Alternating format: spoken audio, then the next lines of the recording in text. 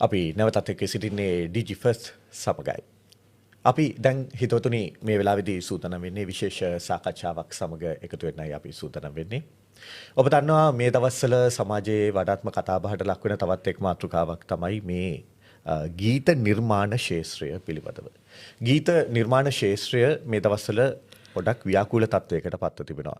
ඒ මොකද කියනවා නම් ගීත රචකයා, සංගීතවේදියා, ඒ වගේම ගීත ගායනා කරන ගායකයා අතර තිබෙනා වූ පරස්පර විරෝධී අදහස් හින්දා තමයි මේ ගීත රචනා ශාස්ත්‍රයේ මේ දවස්වල විවිධ වූ වාක් ප්‍රහාර වලට නතු වෙලා තිබෙන්නේ. අපි හිතුවා මේ පිළිබඳව අද දවසේදී උදෑසනම සාකච්ඡා කළොත් හොඳයි කියලා. අපි ඒ සඳහා කැඳවගත්තා ලේඛක මාධ්‍යවේදී පූර්ණ අතපත්තු මහතාව. පූර්ණ ආයිබන් කියලා පිළිගන්නවා.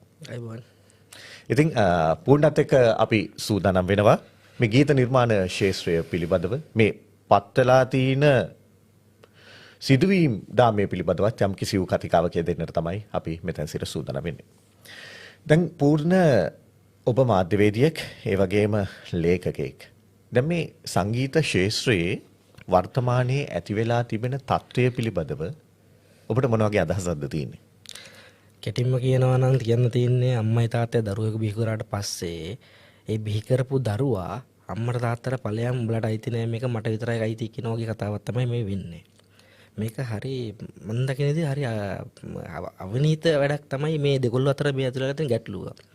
ගීත නිර්මාණය කිරීමේදී ගීතයේ සංගීතවේදියා රචකයා සහ ගායකයා තුන්දෙනාම එකතු වෙලා තමයි ගීතයක් ජනප්‍රිය වෙන්න මූලික අඩදාල වැටෙන්නේ.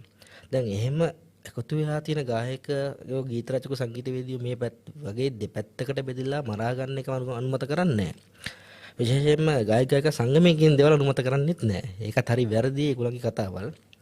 ගීතයක අයිතිය ගැන කතා කරනට වඩා ගීතයේ නිර්මාණකරුවාට නිර්මාණයට හරියන විදිහට ඔවුන් සැලකුවාද කියන එක ගැටලුව තියෙන්නේ.